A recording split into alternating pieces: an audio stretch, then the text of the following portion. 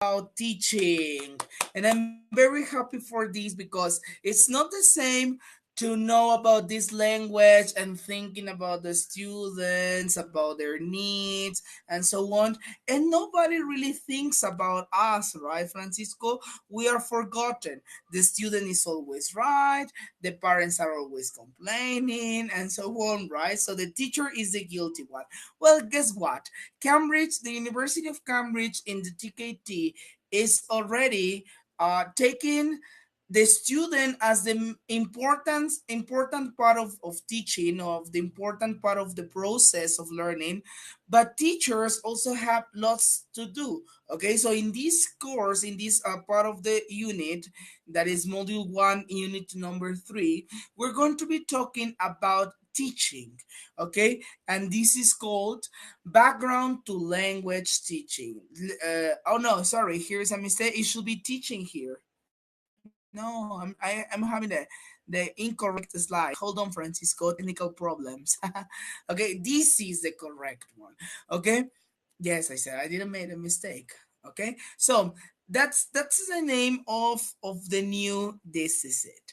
Okay, of part 3, module 1, background to language teaching. Okay, so we're going to talk about a little bit of the story of how the methods. Today, for example, we're going to be talking about methods and so on, and later on we're going to continue talking about other kind of aspects for teachers like activities and so on. So this is very important because now it is focused on us, right? It is focused on us.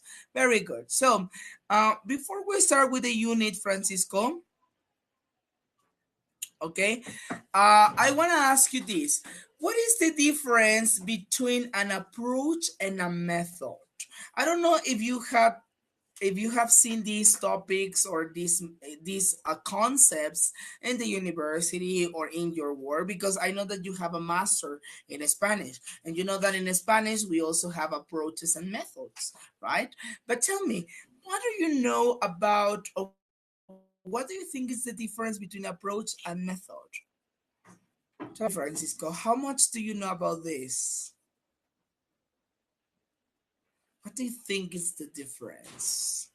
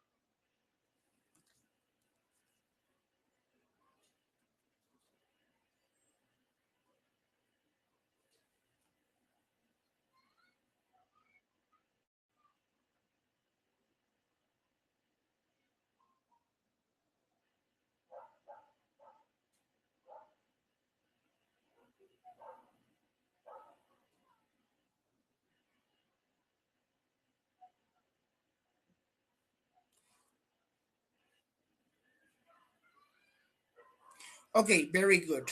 The approach is the way how to teach, and the method is the action, or are the actions you do to get the aim. Yeah, very similar. Although I'm not really sure about approach. Uh-huh. Because method, yes, the method, as we have many different kind of methods, such as the experimental method, are basically all the steps. The name of a method has to do with all the activities and the steps you need to follow, right? And the approach, in this case, as you see, as you told me, is the way how we do that, how we present it. For example, we have the humanistic approach.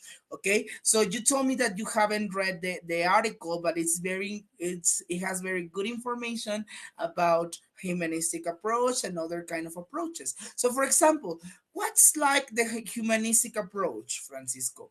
What's the main characteristic of a humanistic approach?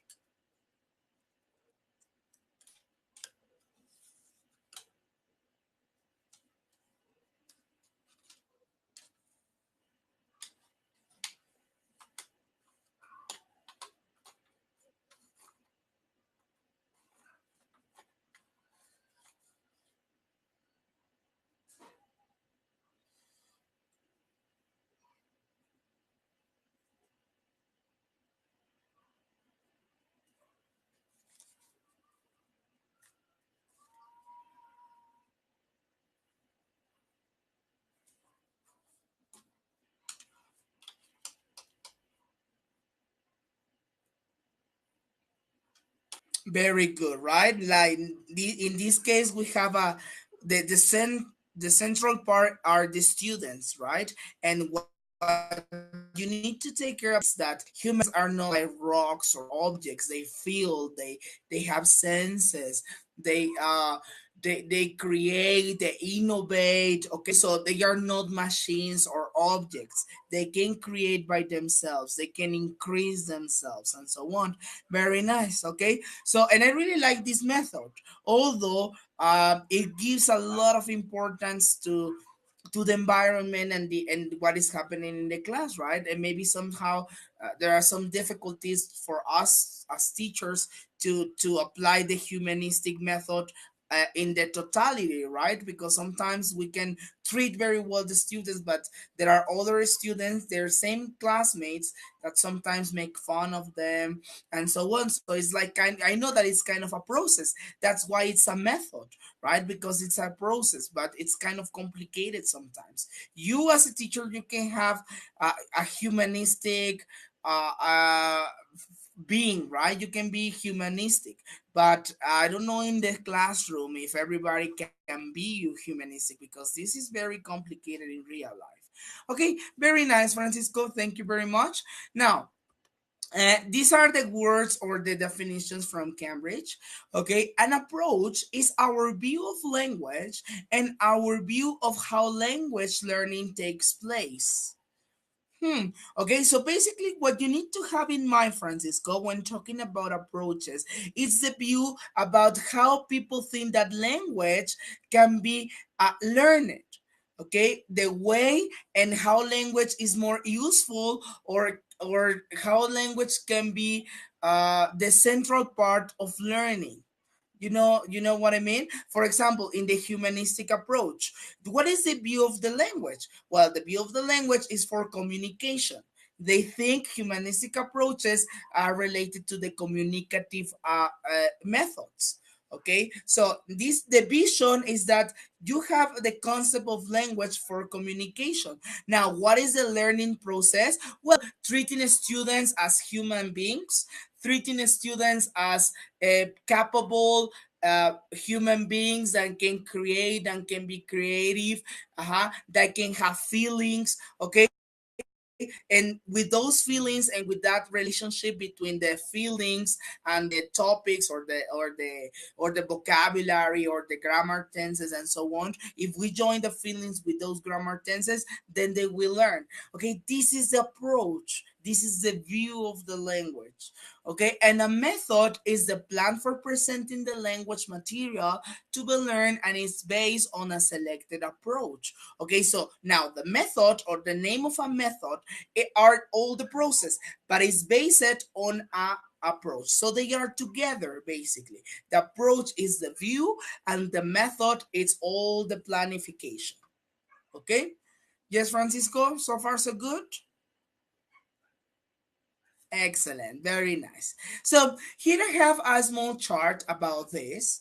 Okay, we're going to be checking to the most common methods. Obviously, not all of them, because in First, it's a waste of time because in the real TKT test, you are not going to be asked for all the methodologies, for all the approaches, okay? Just the very basic one, and especially those that are very, how can I say, like they are from nowadays, okay? They are very actual, let's say, like they are very from nowadays, okay?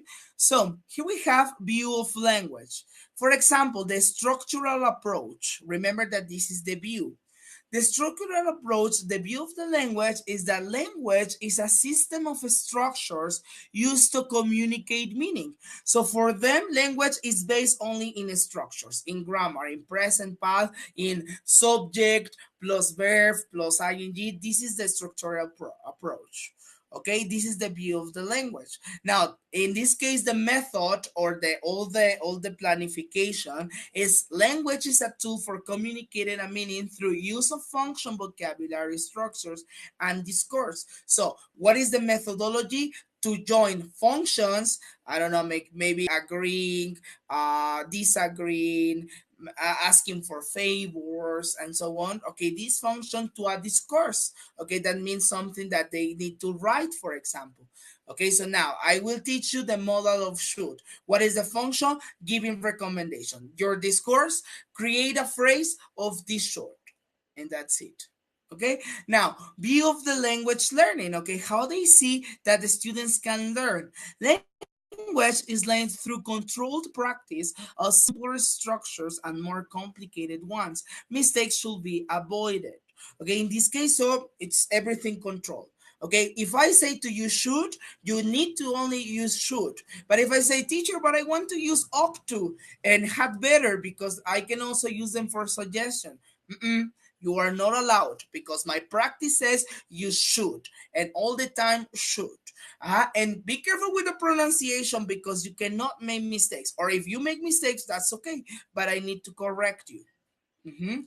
And for example, the way is language is learned by using it. Okay, the only way is to be in contact with the language. Now, classroom practice. For example, oral skills are learned before written skills.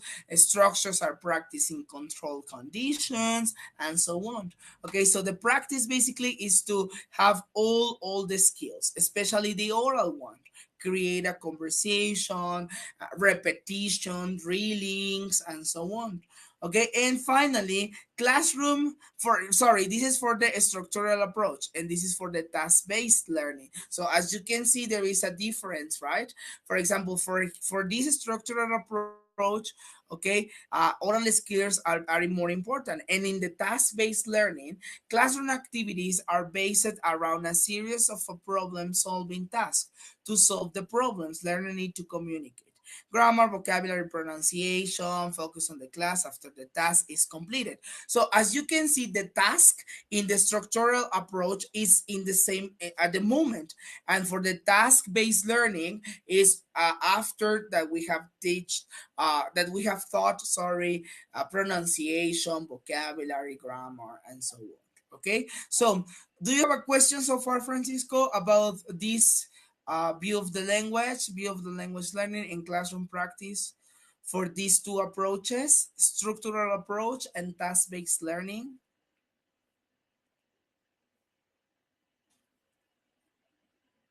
We're gonna look at them. Don't worry, we're gonna look at them in a moment. We're going to look at most of the basic methods. All right, very nice. So here we go. Here we go with the real practice. Okay, now what kind of methods and approaches you will be asked to know, Francisco, for taking the TKT?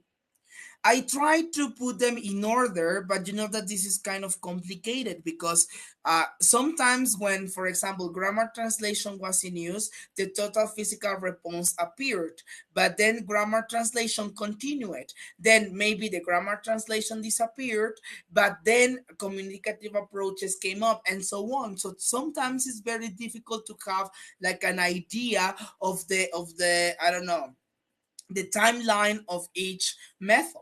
of each approach. So in this case, what I tried to do was to put them in order, but of course, most of them, I don't know, survive it for many years, and others like for only for few years, right? Okay, so pay lots of attention. And anyway, if you have a question, please let me know. Okay, grammar translation. Let's start with this one. Okay, this is the approach. This is the name of the method. I want to remark that the name of the method is this, but the characteristic or all the steps is the real method. This is just the name, and the approach is the view of learning, the view of the language. Okay, so approach language. It's made of grammatical rules. So only grammar rules. Language is learned by analyzing and applying grammatical rules. Okay, so everything has to do with rules. Okay, everything. Right. Simple past, regular verbs, ed, irregular verbs. What happened with irregular verbs? I don't have a specific rule, but I just can tell my students that they are irregular, and you need to learn them by heart. How did they do this? How did students have to deal with this? Here are the characteristics. Studying grammatical rules presented through grammatical terms, then applying them in exercises. Focus on accuracy, so no mistakes. You have to write perfectly what you are being taught. Learning list of words by heart. Okay, so what is this? Regular and irregular verbs. We have all the regular, no problems, just ed, and irregular. Okay, one, how you're going to learn the irregular verbs. I'm going to give you a list of 10 verbs, and every single class I'm going to make an examination, and you're going to write the verbs. Okay, and many of us grown up with this kind of exercises, right, Francisco? At least I had in my secondary school. I remember I had a list, and I had to learn every single word from that list. Okay, now another characteristic of this method is translating text or isolated sentences from L1 and L2 or vice versa. What is this? You don't care the meaning, just write. I say, I love dogs and cats. Okay, I love dogs and cats. The structure: subject, verb, and object or complement. Okay, that's it. But teacher, what is cats? Cats is an animal, and that's it.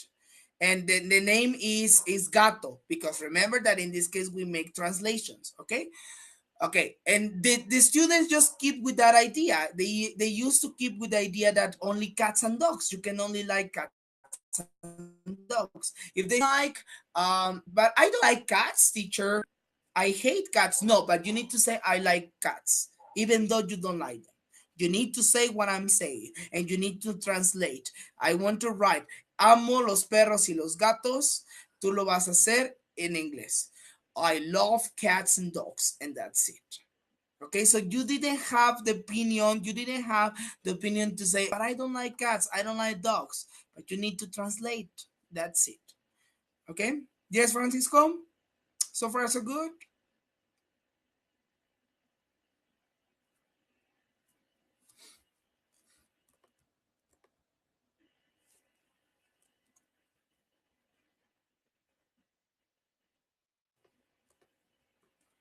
Okay, very good, Francisco. After we're watching all the methods, I'm gonna show you a video. Okay, I'm gonna show you this time a video that is related to this grammar method. Okay, grammar translation. So I want you to watch it, and obviously I'm going to try to make the changes as soon as I can, because they tend to be quite long. But I just want you to look how teaching was treated in each method, okay, the most important ones. Got it? So are you ready, Francisco, to watch the video? If you have problems with the sound or something, please let me know.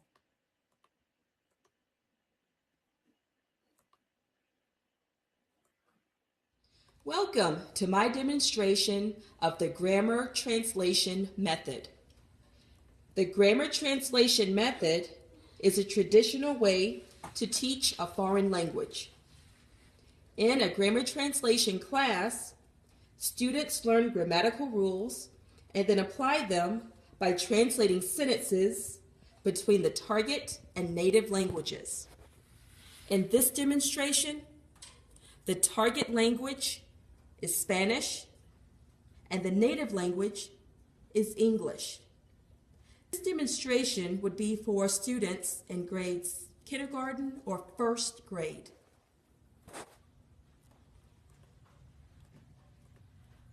Students are learning about Little Red Riding Hood, and they are reading Little Red Riding Hood in Spanish, which is La Caperucita Roja.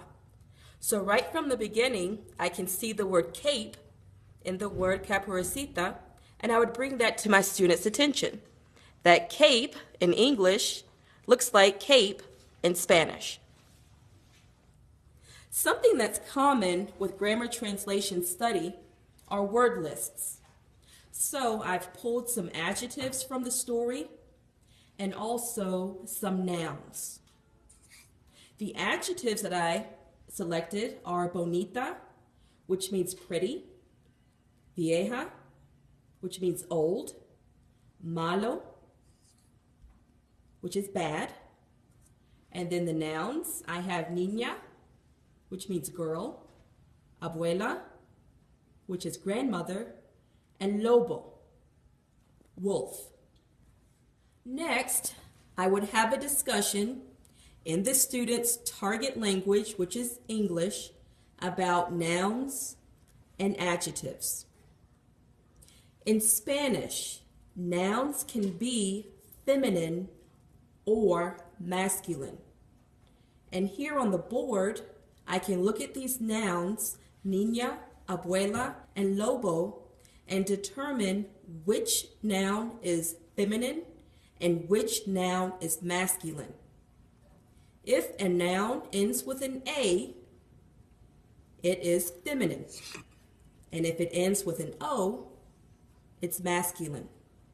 So niña and abuela are feminine nouns. Lobo. Okay, I'm going to advance the video. Okay, so she has already explained that she will ask their students about, or she will explain the difference between feminine and masculine. Okay, so I'm going to upload the video so that you can see the next practice. I did have a masculine noun. I wouldn't say bonita. I could change it to bonito, and so forth. Something else that's interesting about Spanish is that the adjective. Okay, she continues explaining. Let me see if I can have the final of this. Here it is. Too late. Bonita. And finally, I could give students a grammar activity such as this to practice what they've learned. I've written the noun and adjective combinations in English, and I would want the students to write them in Spanish. So pretty girl would be niña bonita in Spanish. Old grandmother, well, that's abuela vieja. Bad wolf, lobo malo. Okay, and that's it. So I can see that you are online, Caroline. Hello, teacher Caroline. How are you? How are you doing?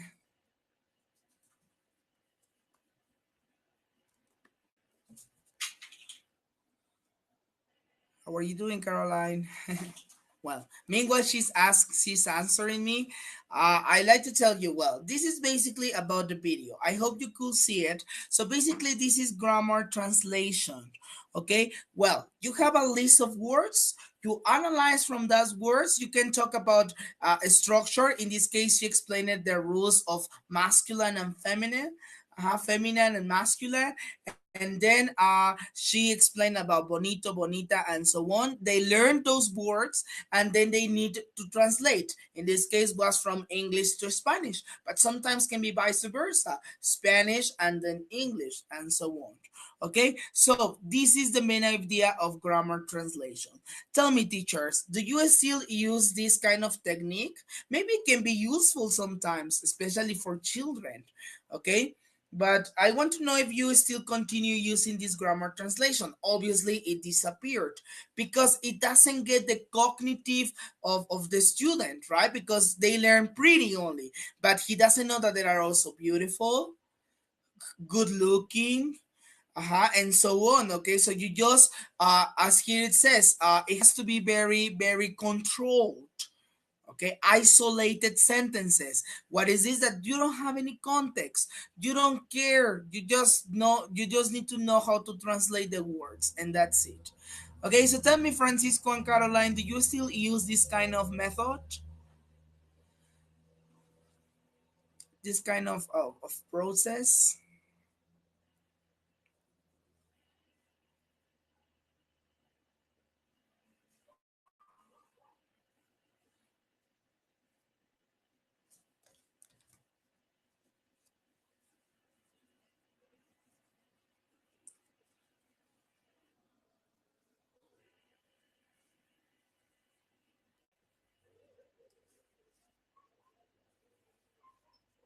Okay, sometimes with sixth grade students, right? Yes, because sometimes maybe the concepts are too difficult. As I told you, any method is bad. Let me remark this. Okay, any method, in my opinion, any method is bad.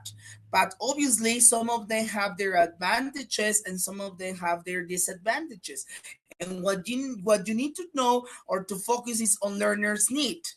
That's why the previous topic was learners' need, so that you can see the needs of your students or the needs of the book and so on, so that you can adapt the activities to one of these kind of methodologies. Okay, so if, for example, for you, Francisco, this has worked, this has helped you, the students, it's good. Okay, it's not bad. I mean, it's something good because then they are learning, because that's the main point. Okay, so every one of you need to criticize yourselves and see what kind of methods are working. Okay, now let's go on with the next one. Total physical response. What is this? Well, first we're going to see the approach, how they see language and how they see this can be learned. Grammatical structures and vocabulary are the most important aspects of a language. So as you can see in this case, you have in the grammar translation vocabulary, but in this case is they are talking with more importance. Okay, learners learn, here I made a mistake, is learners learn by being exposed to language. Comprehension comes before production.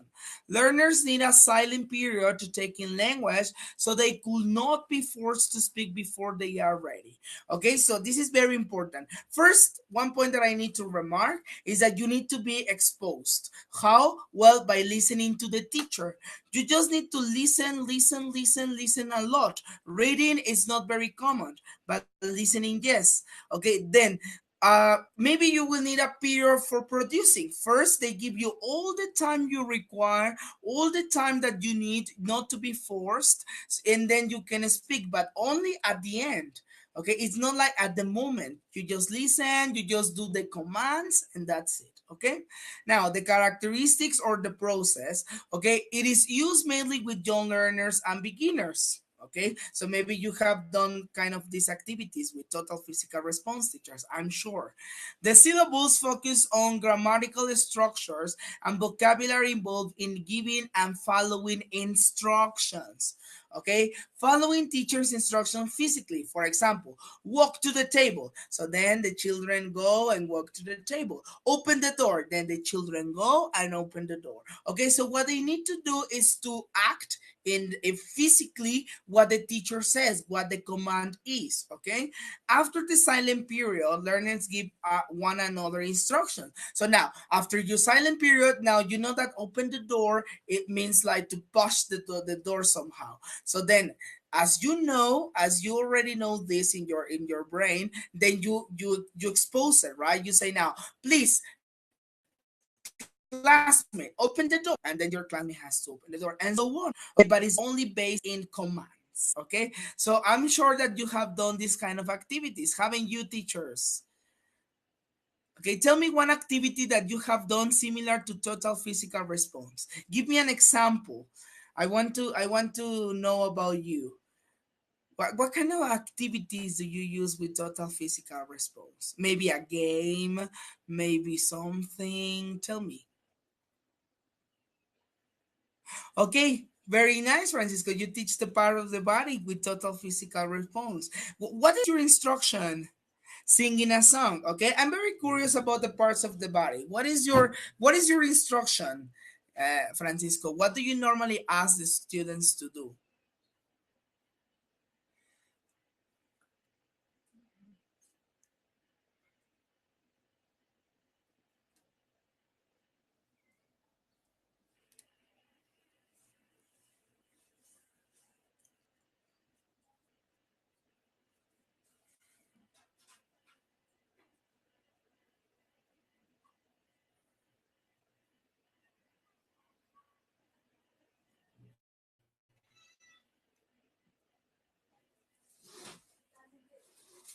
Okay, so you say, please touch your arm, then touch your head, right? And then they start touching their parts of their body, right? Excellent, Francisco. Yes, that's total physical response. Okay, and indeed, I'm gonna show you a video about an example of this total physical response. Okay, so pay lots of attention, please.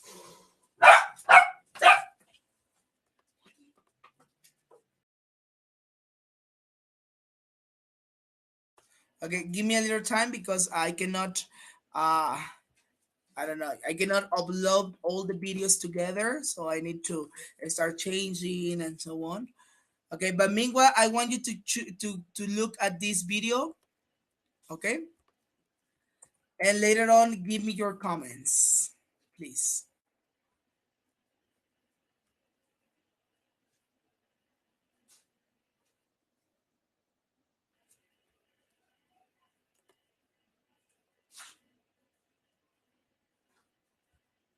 Hello. Okay, now we're going to do a little story, okay? Now, you do it with me, okay? You do it with me. Now, say hello to your mom. Hello. Say hello to your mom. Hello. You are hungry. A TPR sequence is demonstrated. The children listen and do the movements accordingly. The sentences are repeated several times. In the beginning, it's important to maintain the order. The children learn to understand the meaning of the sentences with the help of mimes, gestures, and drawings on the board. Doing the movements themselves is an important memory aid. Show the plum to your mom. Your mom says, Soon, the children can make the movements on their own and in a different order. say hello to your mom. Your mom says, eek. Say hello to your mom. Your mom shows you some plums. Your mom says, eek. Eek. Okay? Say hello to your mom. You are hungry. Your mom shows you some plums. Cut open a plum. Show the plum to your mom. Your mom says, eat. Very good. Okay, you listen to the CD and you write the numbers. Here we go. Say hello to your mum. It's 1. 2. You're hungry. The children listen to the sentences from the CD.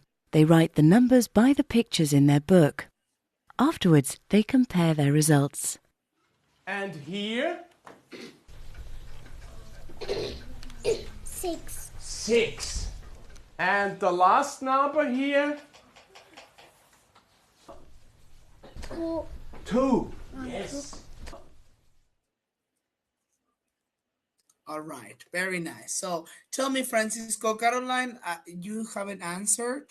I don't know if you have problems with your chat, but don't worry, you can send me a message in WhatsApp, okay? So tell me, what's your opinion about TPR, Total Physical Response, Francisco? Do you think that is good, that it has some advantages? What's your opinion about the video?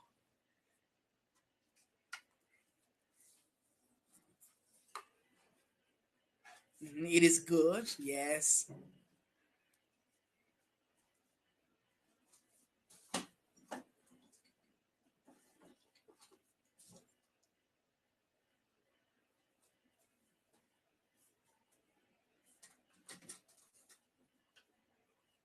Very nice. Yes, that's why it says that it's more common with young learners and beginners, right?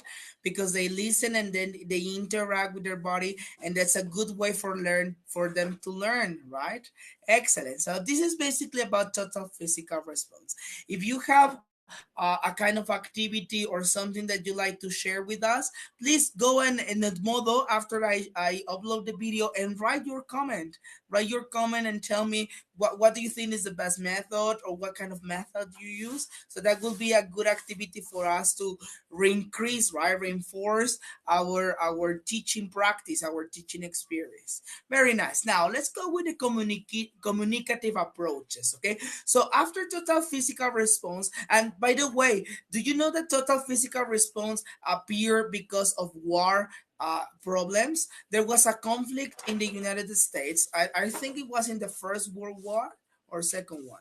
I don't remember very well in which kind of World War it was, but in this case, they were talking about how to understand the orders of the warriors, of the soldiers. So if they say go and kill, for example, so you need to know that go and kill means an order, and they need to understand that order. So that was basically the story of this total physical response. Very interesting, right? Okay, now let's go with communicative approach. Well, communication is the most important aspect of the language. Meaning is communicated through functions, grammar, vocabulary, discourse, and skills. So as you can see in the first one, grammar translation, it was only rules, structure. Then in total physical response, and structure and vocabulary. In this now, in communicative, we have functions, grammar, vocabulary, discourse, and skills. So we have more. Okay, and the best way to learn a language is to use it in interaction rather than to learn about it. So communicative approaches came in order to make the other approaches disappear. Like they say, no, go ahead or get out from your silence method, grammar translation. No, communicative, a language is for communication. Okay, you need to communicate. It doesn't matter if you can understand orders if you cannot produce them. Okay, or it doesn't care if you can translate the words if you don't understand them. It doesn't have a function. So grammar communicative approaches came to somehow innovate the way of teaching. Okay, and I'm gonna read you some of the characteristics. The syllables focus on tasks, functions, and topics are based on learner communicative needs. Pair and group work are the key for interaction. Okay, so you need to be with other people, right? Fluency is more important than accuracy. This is very, very nice. Okay, fluency. Now, what matters is for you to speak. It doesn't matter if you say something wrong. For example, if I say, the baby are crying, Okay, so I know that I made a mistake, and you notice because I'm saying the baby are crying, but we know that baby is a he, so I use is. The baby is crying, but you understood me, right? You got in your image of the brain, you got the baby crying. Okay, so this is in this case, what is important is to speak fluently with no more or less hesitation. And if you make mistakes, that's okay, as long as the message can get to the hearer, as long as the message can be understandable. Uh-huh. And in this case, we're going to also talk about authentic material. So the authentic material provide useful input for learners become active users of the language. So now it's the use of the language, not the grammar, not all of these isolated sentences. No, it's the real language. Uh-huh. Teachers provide correction after fluency activities and inputting language when needed. What is this? Okay. So imagine that I ask you, Francisco, you're going to make an exposition of 3 minutes talking about, let's say, mammals, for example, all the animals that are mammals, whales, dogs, etc. Okay, what is the characteristic of a mammal animal, and so on. So then you start exposing. You have 3 minutes. Okay, so you are exposing. You are showing us images. You are telling us that mammals are for this and this and this and so on. Okay, and then after you finish, Francisco, I, as the teacher, I tell you, okay, it was good, but you made some mistakes, but don't worry, they didn't interfere with communication. I could understand. And well, what I need you to know is, like, you need to practice with your present simple. Because you made mistake with the s. You didn't say the penguin walk instead of the penguin walks, but don't worry, that's okay. You see what I mean? So what matters was the communication. Okay. Yes, Francisco, so far so good. All right, so I'm going to show you another video, Francisco. This class is with lots of videos about you to have an idea of communicative approaches. Obviously, there are many activities, but okay, I'm going to show you one of the most common ones, okay, or one of these examples. Oh, I can find it. Okay, hold on a minute. As I told you, I cannot, like copy and paste and so on. It's quite difficult. Fortunately, I have the videos here, but it still is kind of okay. So here we go. Pay lots of attention, Francisco, please.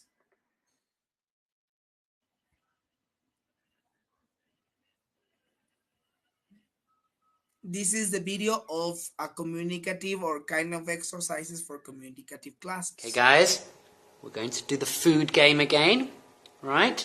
What do you want? What do you have? Please look if a word has a, an, or nothing there, okay?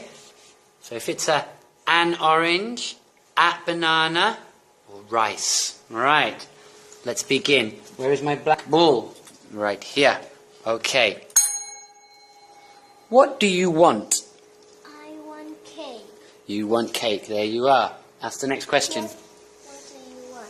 I want music. Okay, let's go. Pick up your milkshake. What do you want? I want pizza. What do you want? I want a soda. Give him a soda, Mangan. Thank you. Well done. A soda. Next question. What do you want? I want a salad. Good. What do you want? I want chicken. You want chicken. Give him the chicken, somebody. Thank you. Next question. Chicken. Give him the chicken, somebody. Thank you. Next question. What? One more time. What do you want? What do you want? I want ice cream. Okay, give her the ice cream. Question, Rita? What do you want? I want a cookie. Okay. Question. Question, Gracie? What do you want?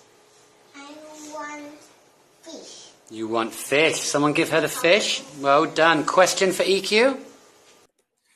Right, so I'm going to stop here because the video is quite long, but basically that's an example of communicative approaches. Did you see, Francisco, how they make the question? Because it's communication, okay? So you need to make questions. What do you want? And then with the picture, which is a help for the students, they start communicating.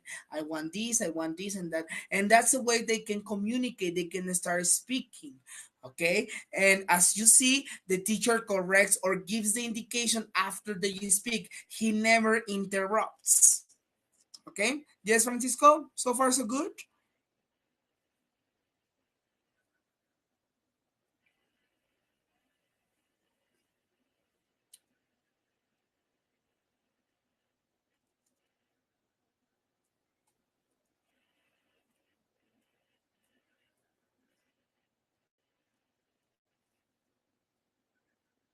Excellent, very nice. So far we have three: grammar translation, total physical response, and communicative approaches. Now let's go with the next one.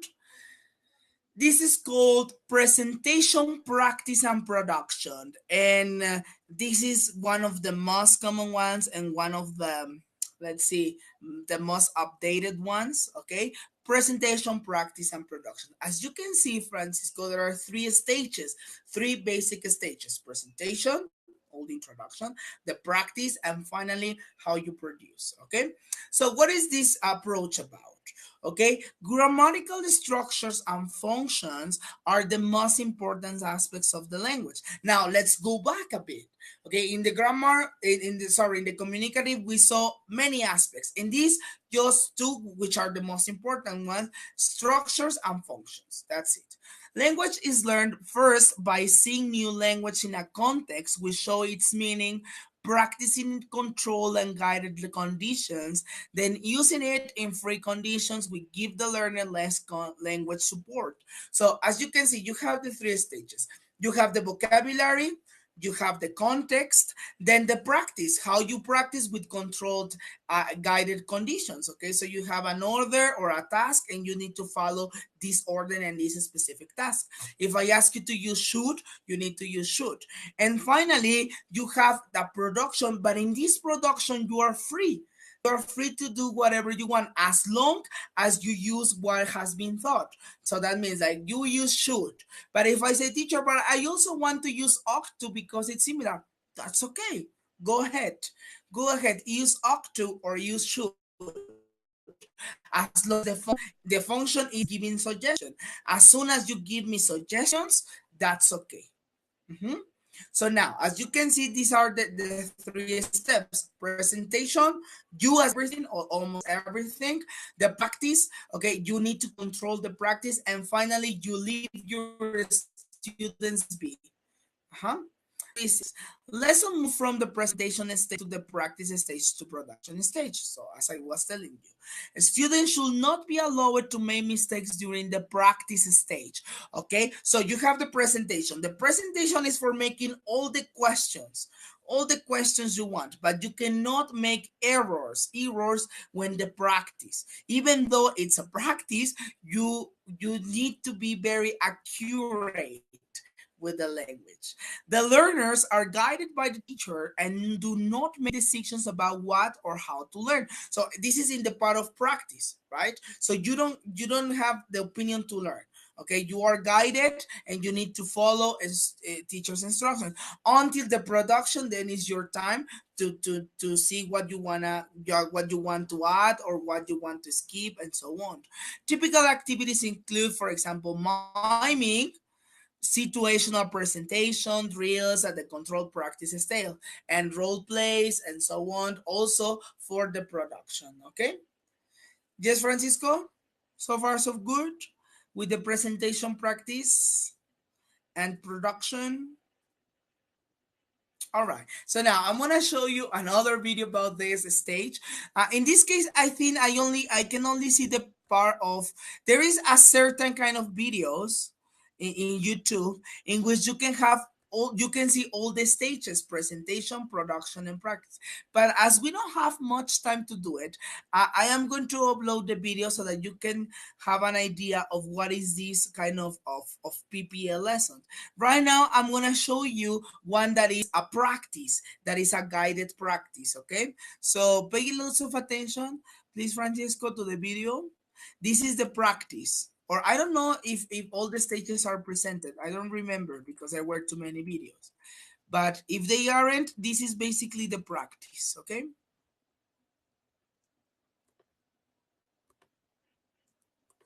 Okay, let me show it to you. Here we go. This is very short. So pay lots of attention, Francisco, and tell me if you have a doubt.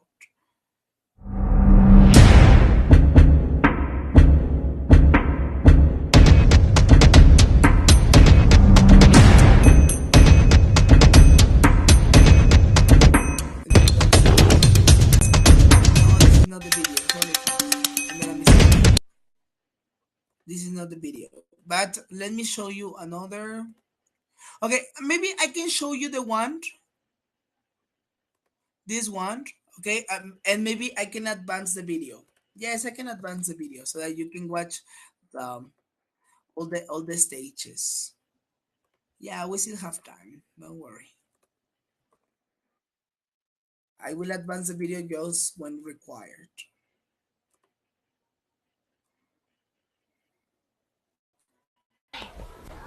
Okay.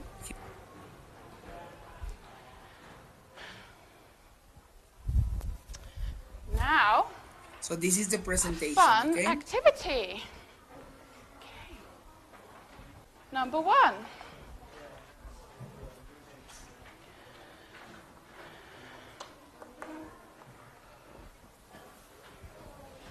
Anybody?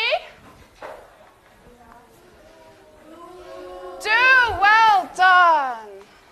Okay, so as you can see, Francisco, she's expecting the students' answers, right? So that's the way of her presentation. She doesn't give everything. She's asking the students to give the information to her.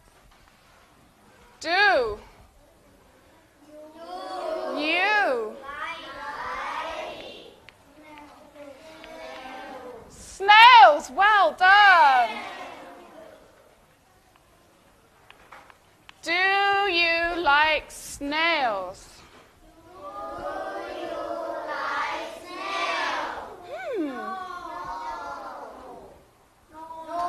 No, well done. No, I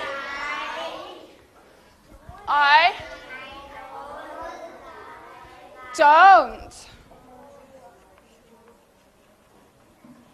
Okay, so I'm going to advance the video. So this is her presentation, Francisco. As you can see, here we have a list of vocabulary. In the left side, we have a list of vocabulary, and later on, she gave some structures. Okay, now I'm going to advance until the practice so that you can see. No, I.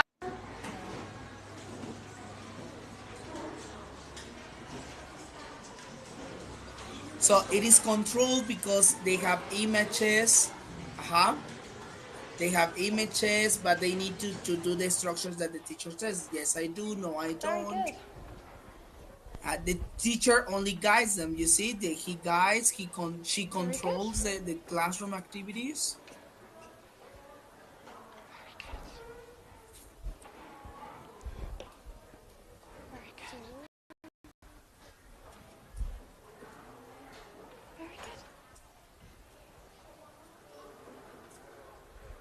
Very good. Well done. And now I'm going to pause until the production part. Like French fries. Number 4. Yes, I like French fries. Yes, I like. Very good. Okay, so she makes them to repeat, right? To produce. And in this part, they can add extra information and so on. Yes, I like noodles.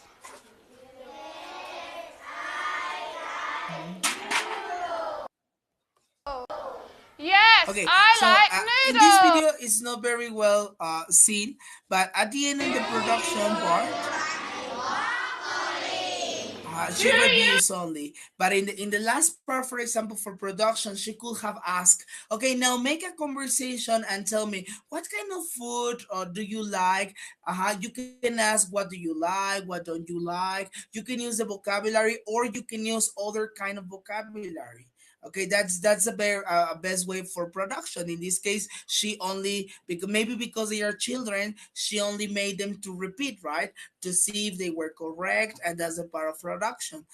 But you can have many ideas for production. Okay, so Francisco, so far so good, no problem so far. Start thinking of what kind of method you like to teach your students, which kind of method now you are going to apply, Francisco. Maybe this can be very useful for you. Okay, now let's go with the lexical approach, which appeared basically at the same time as the presentation, practice, and production.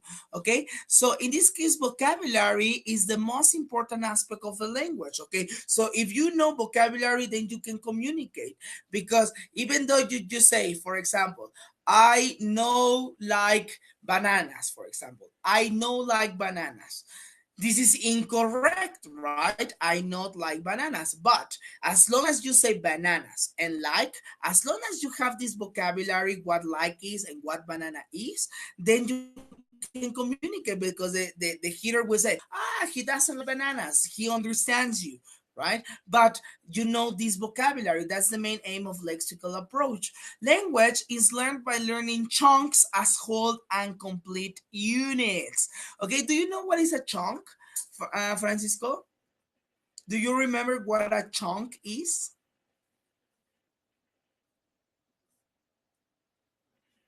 Can you give me an example of a chunk?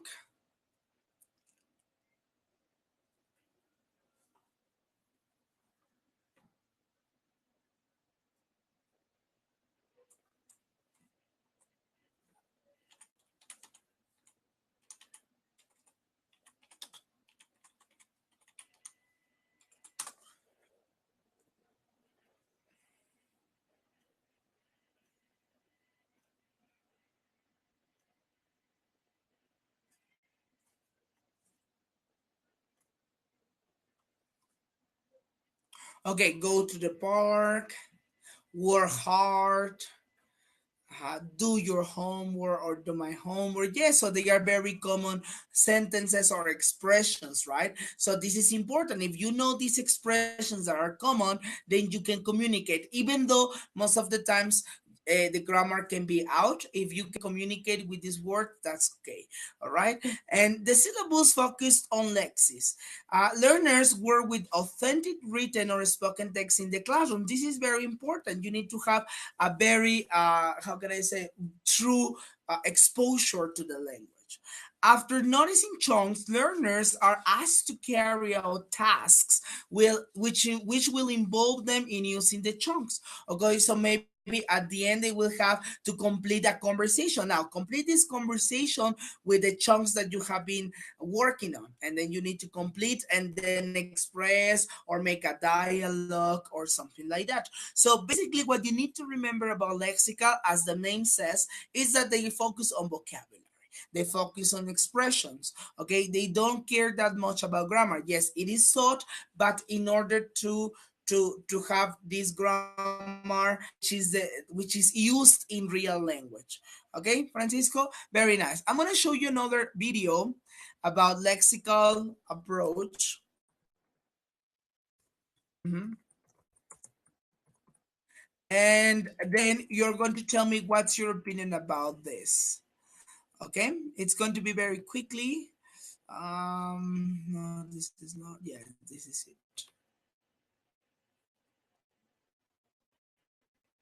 Hold on, let me see the one that I found.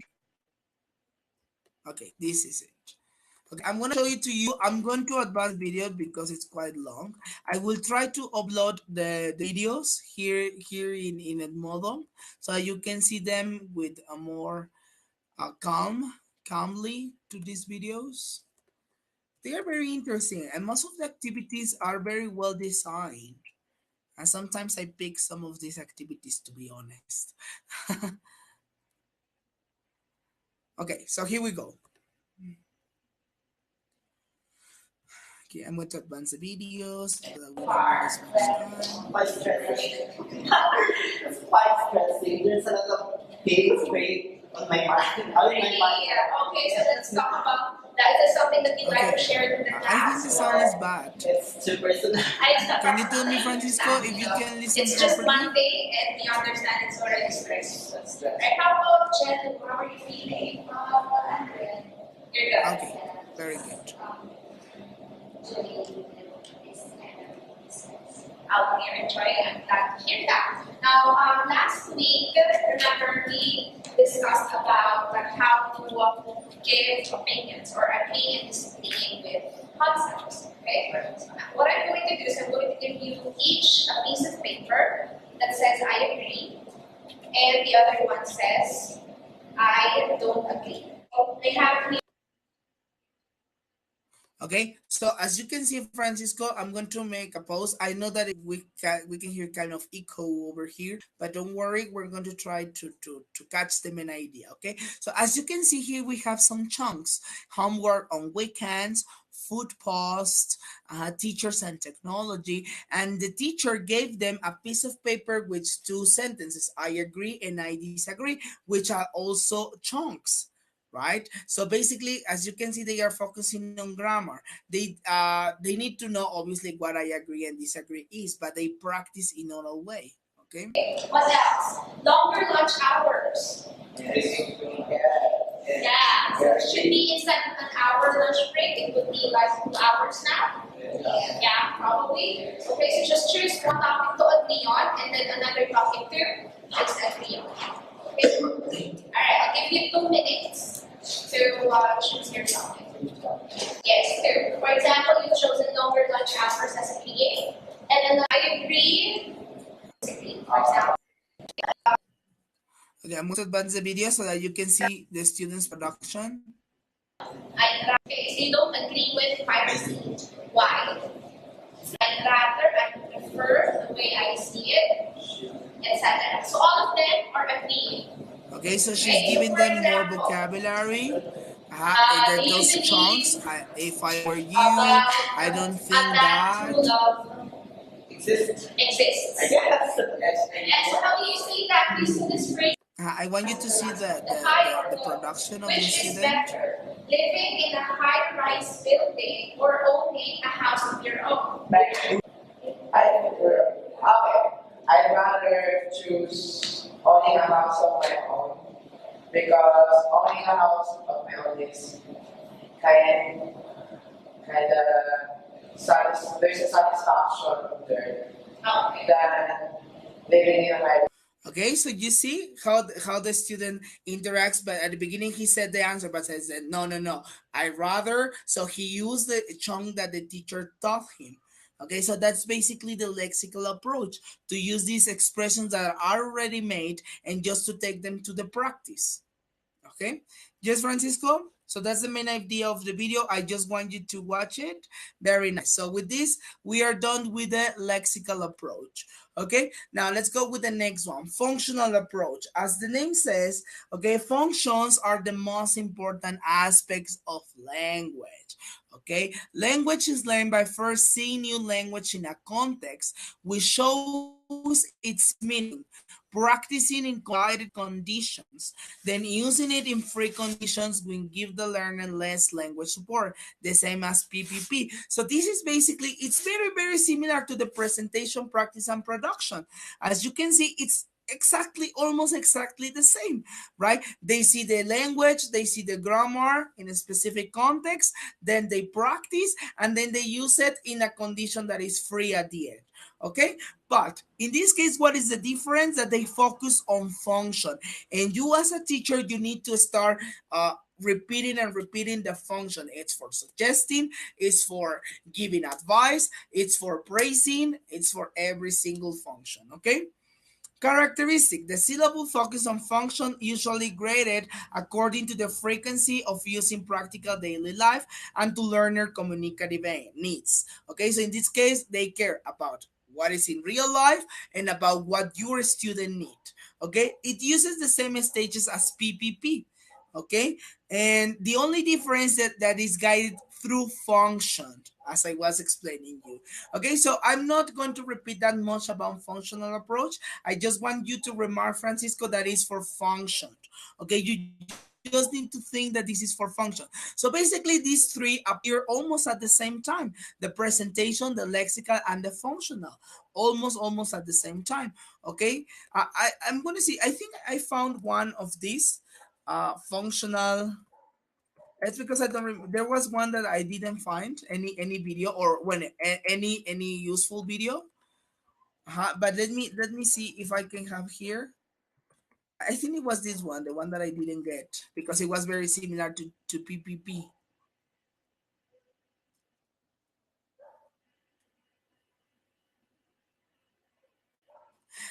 I found this one, which is very similar. It's not exactly the functional method, but I want you to watch it. Maybe we can find something interesting about this video. Francisco. Okay, so I can show it to you. It's not exactly the real functional, but we can have an idea of what it's like. Okay, so let's watch it. As English teachers, it's not only our job to teach the language itself, but also how to apply it in everyday situations. After all, what's the point of learning a language if you can't use it outside of the classroom? Here's one functional situation that your students might face if they plan on moving to an English-speaking country: finding an apartment. So they will learn the Today I'm going to do a role play where my students will have to contact different landlords to find an apartment. I will give them a sample dialogue to follow and charts with different questions to ask, such as how much the rent is, what facilities are on site, if pets are allowed, and so on. Each landlord will have a card with the information about the apartment they want to rent, and they will use this to respond to the questions they are asked. I'll encourage them to mingle and to call as many different landlords as possible, and each tenant will write down the information they have collected. At the end, I'll ask them to tell the class which apartment they have decided to rent and justify their answers by explaining why they chose the apartment they did. So for today's lesson, we are going to focus on renting apartment. Half of you are going to be A, and the other half is going to be B. A's, you have an apartment that you want to rent. And for B, you want to rent that apartment. So you are going to call A to get more information about the apartment. Okay? Okay. And basically, callers B will have the sheet. And what you want to do is you want to follow this dialogue right here. Okay? And make sure when A is giving you the information about the apartment that you fill it in for each section. Okay? And for A, you are going to get this sheet of paper that has, and you are going to be B. Okay? So you are going to so be A. as you can see, Francisco, this is controlled, right? Because she has already explained. Maybe a previous class, she explained about the vocabulary with apartments and so on, and now she's giving the practice in which they are going to in a controlled situation. Some students are A and some students are B. Okay, so it's controlled. Okay, and after Yes. Okay. How much is the rent? What's the rent? The rent is $760. $760. Okay. Are pets okay? Yes. If you have a small pet, it's okay. So as you can see, Are they any and they need to ask about the apartment, right? So they are possibly ties? find another apartment to ask more information about it. Okay? Yeah. Okay. You have This is the real practice. Now they need to do the same, but with their own vocabulary. So this is a part of production. Hello. My desire is second apartment because only location. I like downtown. Yeah, so Takes. Yeah. Teaching functional lessons such as this one can be a lot of fun, and students find them especially valuable because they know they can apply them to everyday life. When trying to come up with aims for functional lessons, just ask yourself, what are some of the things students need to do in an English-speaking society? What about ordering a pizza, making a doctor's appointment, giving directions to a taxi driver, telling a barber how they want their hair cut, making special requests when ordering at a restaurant? If you think about it, almost anything you do in your day. Okay, so as you can see, Francisco, here we have the functions. Order a pizza, well, it has to do with ordering. Making a doctor's appointment means making appointments, right? Giving directions, asking for something. Okay, requesting. All right, so as you can see, she focused in this case was for asking for information. That was the function. Okay, so we have already talked about that. So as you can see, is the PPP, but for functions. Okay, so far so good, Francisco. Huh?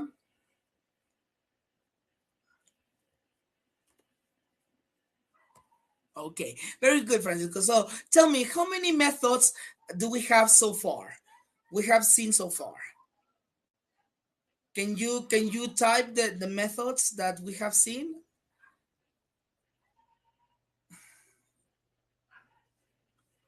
I just want to know about your memorizing technique as a student. Okay, translation method. You can write the sigils, okay? You can write the letters.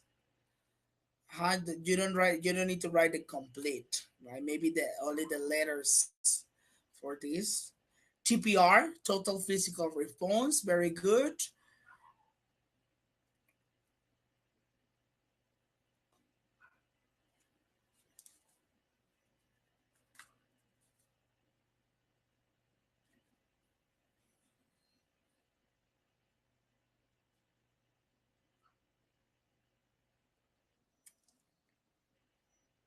Communicative approaches or communicative approach. 3.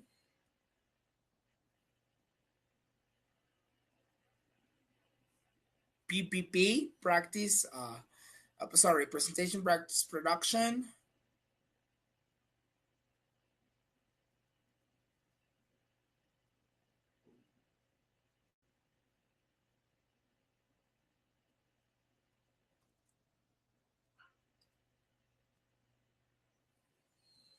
Function method, and you're missing one. We have 6.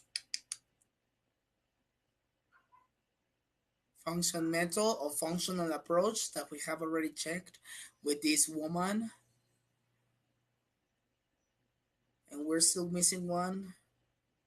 Excellent, the lexical method. Congratulations, Francisco. Now you have a very nice memory. Have you checked this before? Have you checked about this method before? About this method, methodology classes?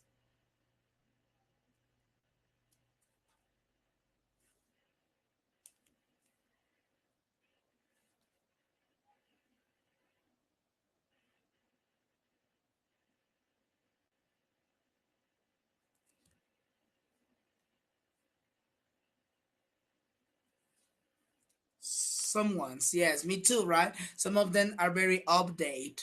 And now we're going to look at the most updated methods. Okay, so pay lots of attention because these last 3 are one of the most updated methods, and they are nowadays, they are from 20th century basically. Okay, so they have appeared very I don't know, in very short time, 4 or 5 years ago.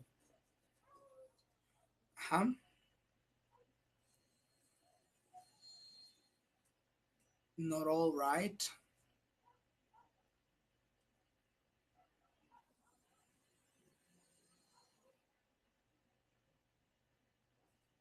Yes, that's it, Francisco. For example, TPR, you have read them, translation, very good. But now we're going to look to more, and these are more updated. Okay, so pay lots of attention. And if you have a question, let me know. Guided discovery. Okay, so this is very simple, and it has many I don't know how to say, like it has been explored for many masters on languages teaching. Now, the approach for guided discovery is that language has patterns of meaning and use. Learners learn more if they work out patterns and rules of language themselves rather than being given by the teacher. This is very important, okay? What is the pattern? It's something that can help you to understand the language, okay? So I was in the example of regular and irregular verbs. Okay, regulars, we all know that the patterns is ed, ed, ed, ed, but you don't need to tell them. You just write on the board, walked, studied, listened, and you say, okay, what these are verbs are in past. And then you make your students to make their rule. Now, tell me, how do I change or how do I make a verb in past? And the students by themselves, they follow the patterns and they say, I know, teacher, it's because you add the ed. And now they know by themselves, and it's a good way for them to learn. Very good. So, and obviously languages have many patterns, okay? Now, for irregular, that sometimes it's very difficult to teach, right? Irregulars. And we make them learn them by heart. But we can say, for example, those verbs that finish with spent, for example, and nd, spent, send, when they are transformed into irregular, they are spent, sent, okay, with T instead of a D. So maybe this can be a good pattern for your student, right? Even though it is irregular, you can teach them, okay, what is the similarity between spend and send? Okay, now I know that it's in past participle or in simple past is NT, spent, spent, send, send, and so on. Okay, now let's look at the characteristic. The teacher gives learning examples of a target language area, text containing several examples of the past tense, for example. The teacher then asks the learners to work out what the rules of use seem to be for the target language. The teacher often gives the learner the rules after they have worked them out or ask them to complete gapped rules. Okay, so at the end, the teacher explains. First, he asks the students to investigate and to analyze, and later on, as soon as they got, if he thinks that it's impossible, it is important to point out some aspects of the patterns, he can do it, but he's not obliged. He just needs to gap some of these rules and maybe make some repetition and so on. Okay, so this is the method of guided discovery. All right, so I'm going to show you a video about this so that you can have a better idea. Francisco.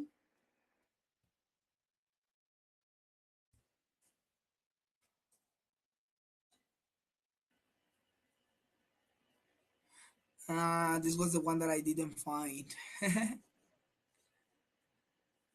Oh yes, I found some of them, but they are quite long. But anyway, I'm going to advance the video so you can have an idea. I think this is the one. So wait a minute.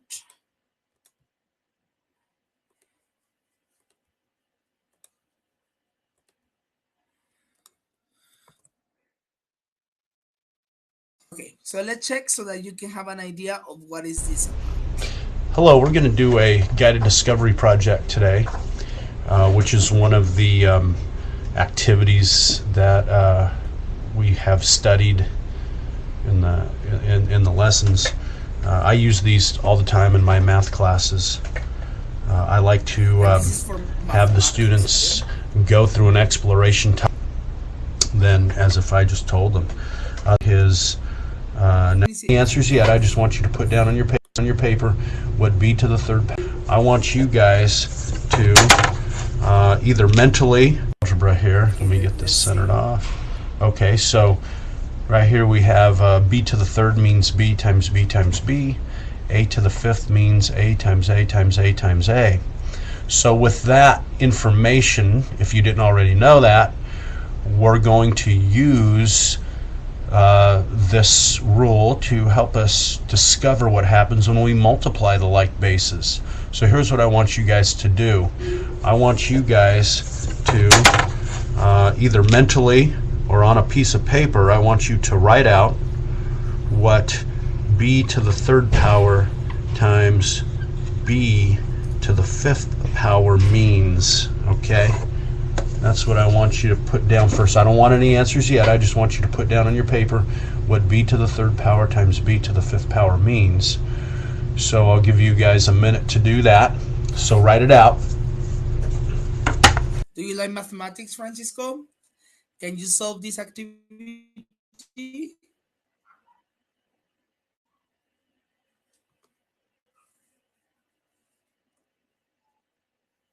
Okay, so can you do it with this guided instruction to try to find out what is B3, B5,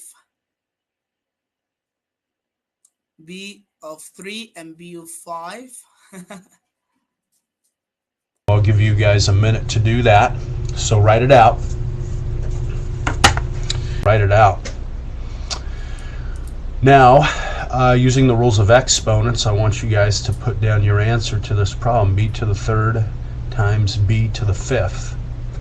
That's it, right? So that's why he wrote the 8 B's, right? Excellent. So basically, that's the main idea of guided guided approaches, guided discovery, okay? So that the students think, you don't give everything to them, that they can create their own patterns. Obviously, you will help them, you will guide them, okay? You will help them if they feel that they are lost. But the point is that they discover by themselves, okay? Very good. Now let's continue with the next one. Content-based learning.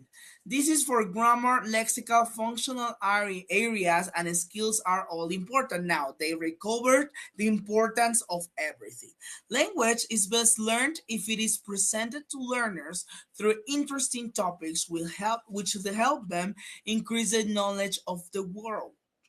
Okay, so now, you have all the grammar, the area, you know, the skills and everything, but now those topics have to be related to your own life, to the world, to your own knowledge. So it's more like contextualized. That's why it's called content-based learning. So I don't want to teach this just because. I want to teach this in order for everyone and every single student can feel identified with the topics and the vocabulary, okay?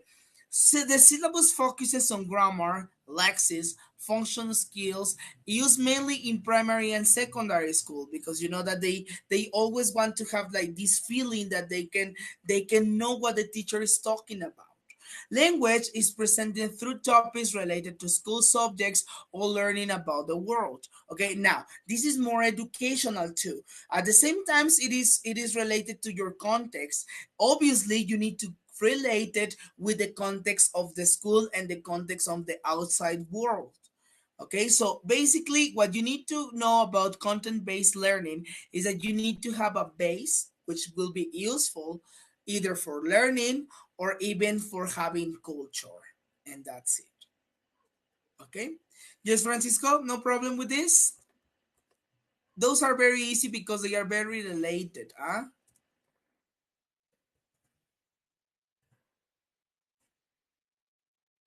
Yes, Francisco, no problems? Okay, I'm gonna show you another video.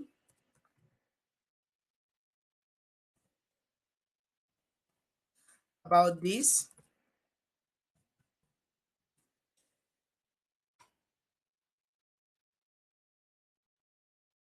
It's long one more time, but I'm going to try to advance it so that you can have only the main idea. Only the main idea of what I'm talking about, or about what the method is. What is the main point of this method? Here we go.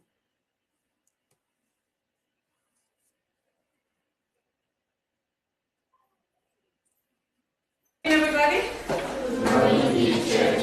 Okay. Yesterday we were talking about natural disasters. Do you remember some of the natural disasters we talked about yesterday? Yes, tell me. No. Okay, hurricanes, yeah? No. Tsunamis, what else? Earthquakes, what else? Tornadoes, what else? which are also called tornadoes or twisters. They're the same. What else? Floods. Yeah, that's another natural disaster. What else? Okay, so here in Ecuador, we recently faced one of these disasters. Where was that disaster? That earthquake. Okay, so I'm going to make a pause here. So as you can see, she started asking them about the vocabulary that they have seen previously. Okay, now she's showing a picture of a disaster, and she's asking where the disaster happened. So here she's talking about the external, about the world, and they need to know about a little bit and contextualize the topic with what something that really happened. In which province? It was in Manabí, and it was in Esmeraldas, in towns like Pedernales, for example. Yeah, there. Okay, and you know that this last earthquake was very destructive. Okay, here we have an example. We're going to watch a video, very short video, about a different earthquake in a different country. This was that happened in Thailand. Okay, we are going to watch the video. Did you come?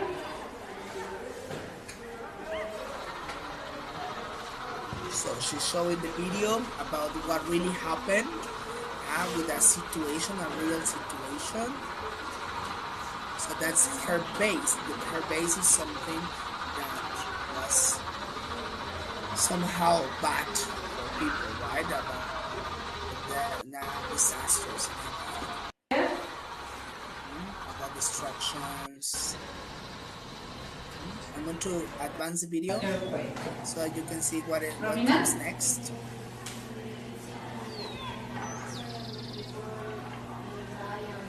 We have learned many things about earthquake as well. So what we are going to do here, you are going to tell me as many ideas as possible about what you know about earthquakes. Okay, think a little bit, and then you are going to tell me about earthquakes.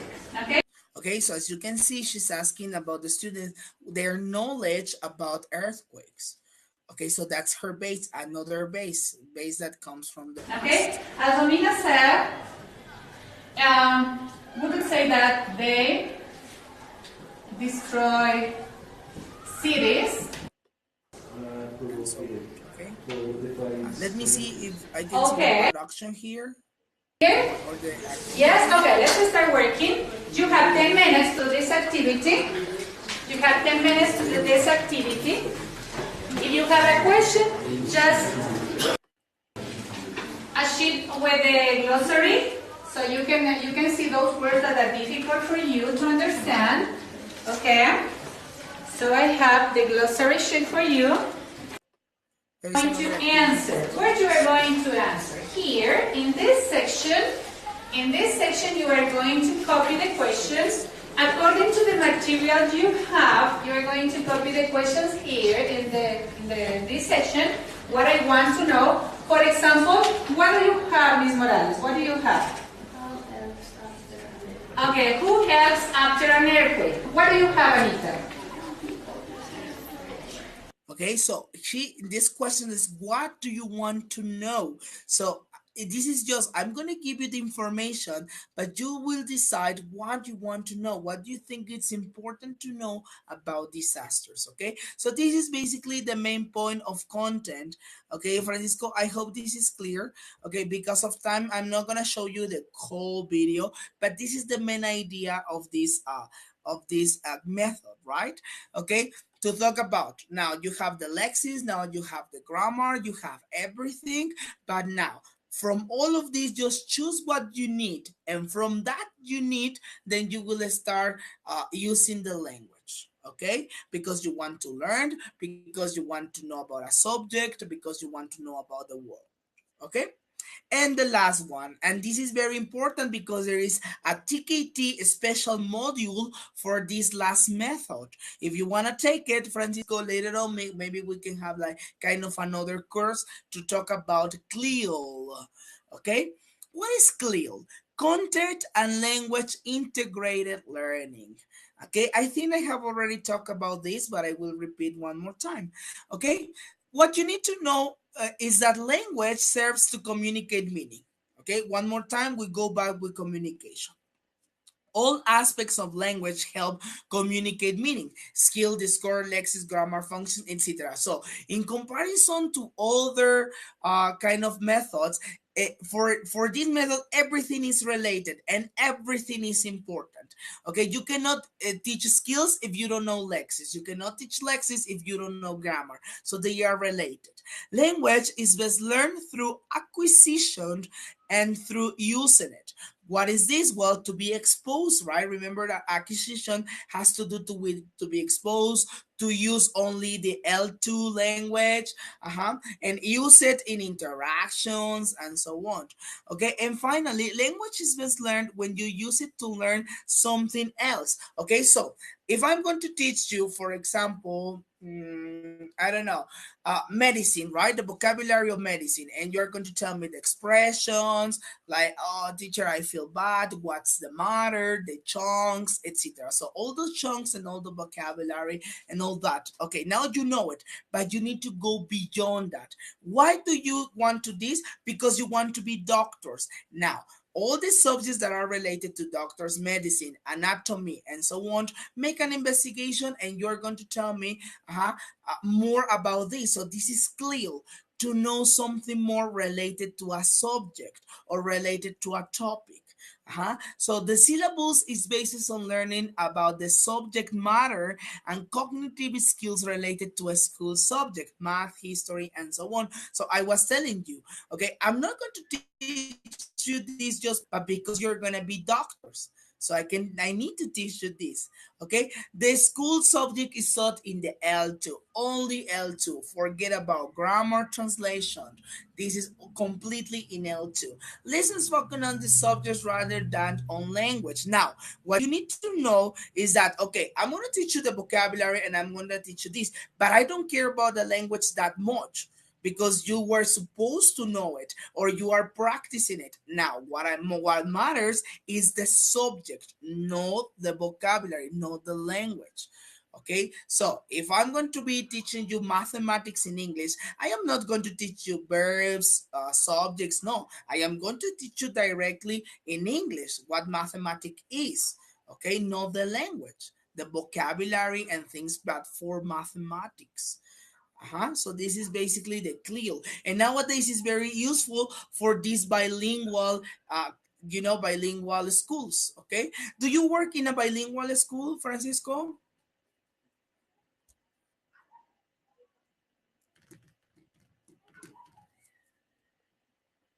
No, okay, very nice. Okay, me neither, right? But I have known some schools that are bilingual and they take lots of courses about CLIL, because most of the teachers, and especially English teachers, they focus on the language. They teach, for example, sciences, but talking and expressing English. They are explaining adjectives, what an adjective is, and that's not the point of CLIL.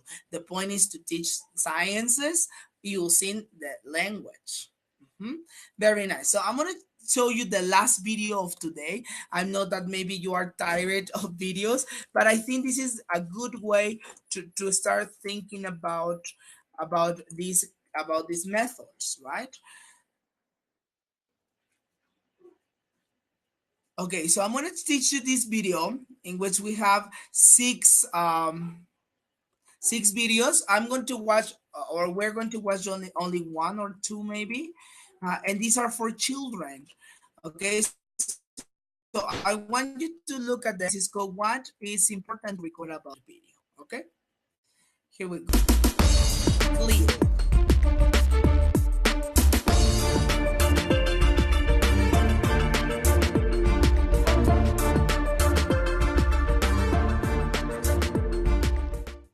Okay, so in the first one, as you can see, is art class, electricity and energy. Today is a special day because we are going to talk about electricity. Have a look at this video, please. Where does electricity come from, RT? Electricity comes from a power plant. Electricity is a form of energy. Okay, now it's time to check the vocabulary. Do you know the game memory? So, Ricardo, have you got fun? No, I haven't. Have you got a microwave oven? Yes, I have. What do we use electricity for? Washing machine, drill, Radio, toaster, fridge, stove, Communication, power and motion, light and heating and cooling.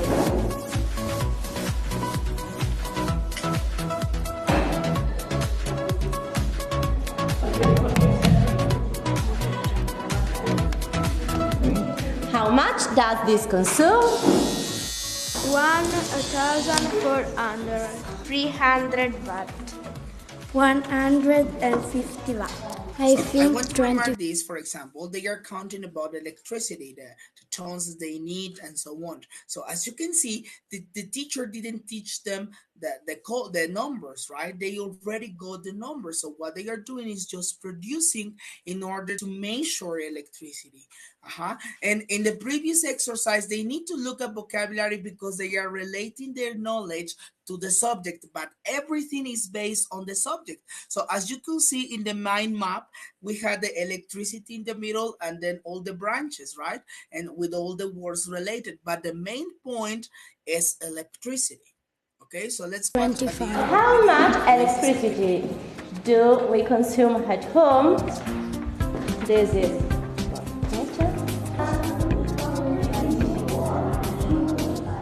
we have to calculate the daily consumption and the monthly consumption.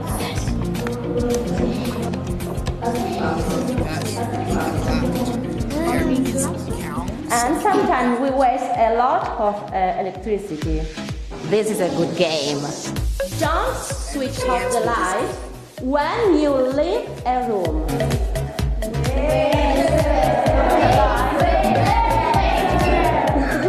So, I have to change all of this with this. What do you think?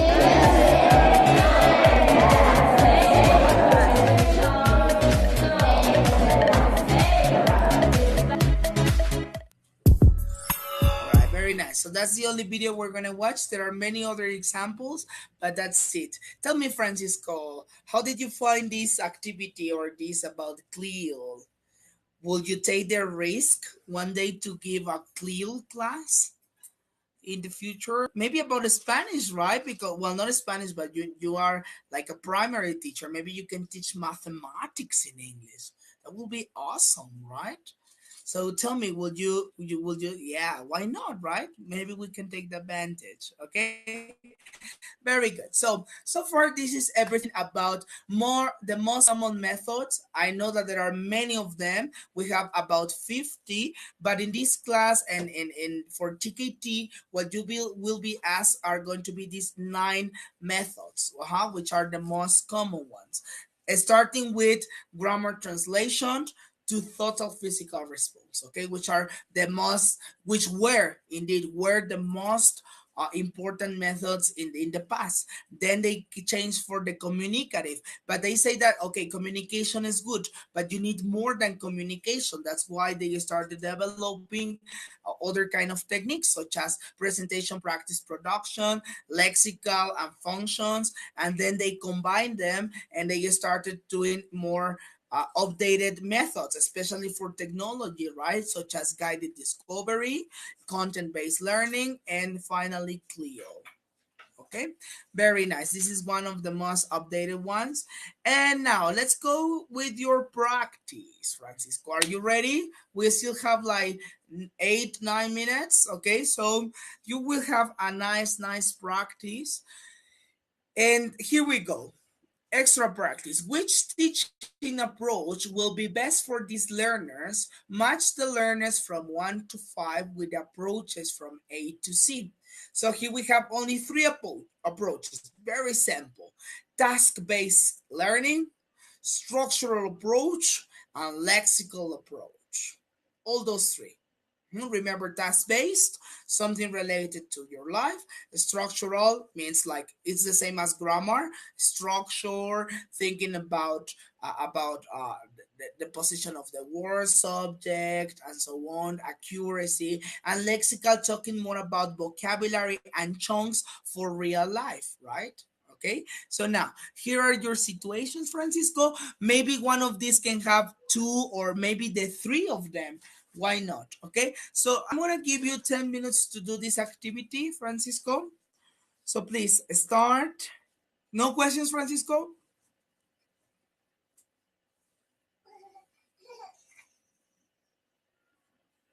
Okay, 10 minutes maximum. Go ahead.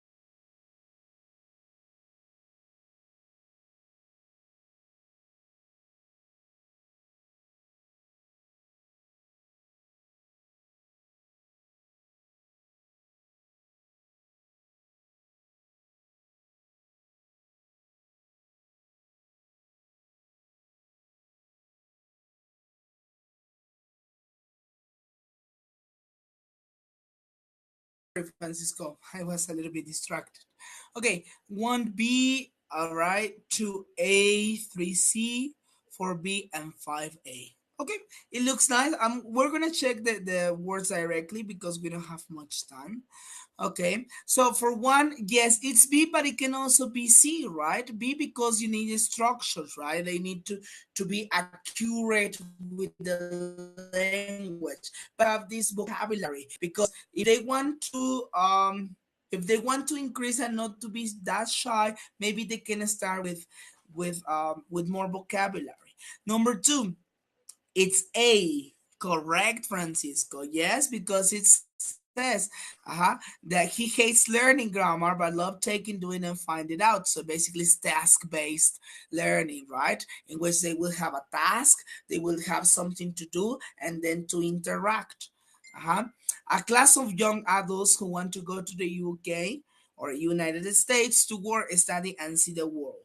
It's A and C. You wrote C, but it's okay, right? Task-based learn because maybe they will need to have like to act for finding a hotel or buying a ticket, and also C because they need all these chunks, right? This functional language.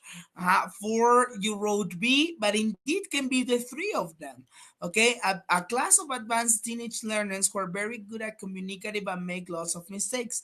They need fluent and accurate English, okay, for their future jobs and tourist industry. So in this case, it's the three. Why?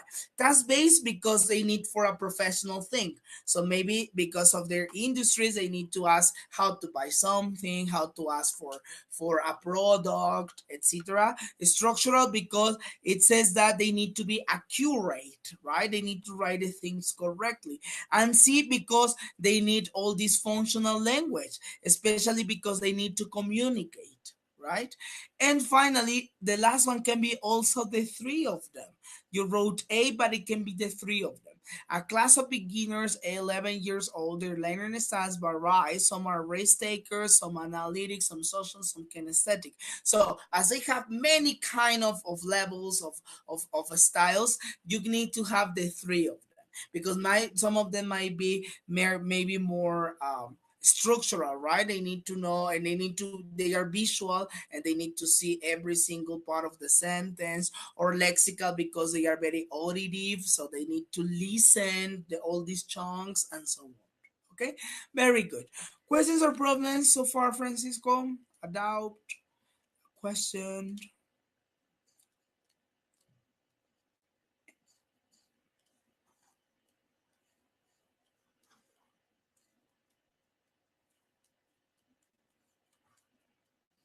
In the real exam, unfortunately, you won't have this chance to mark three or more, right? Just one, unfortunately.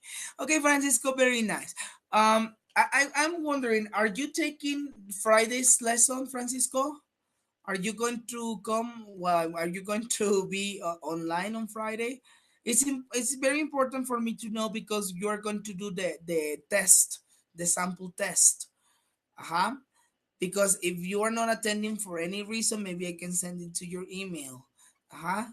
So I just need to know if you are attending on Friday's class so that we're going to do the sample test, the real test for the teaching techniques for Friday. Thank you very much. Okay, so I just needed to know that because the other teachers unfortunately weren't connect today, but I'm sure they will be on Friday. Okay, so thank you very much. So see you on Friday then, and we're going to do the sample test, and we're going to start, which is also related to teaching. Okay, so try to do your questionnaire, please, Francisco, tomorrow or today. Okay, tomorrow you have until 12 at night, let's say until midnight, so you can do it without any problem. Okay, so goodbye, Francisco. Thank you very much. Have a nice evening, rest a lot, and see you on Friday. Bye.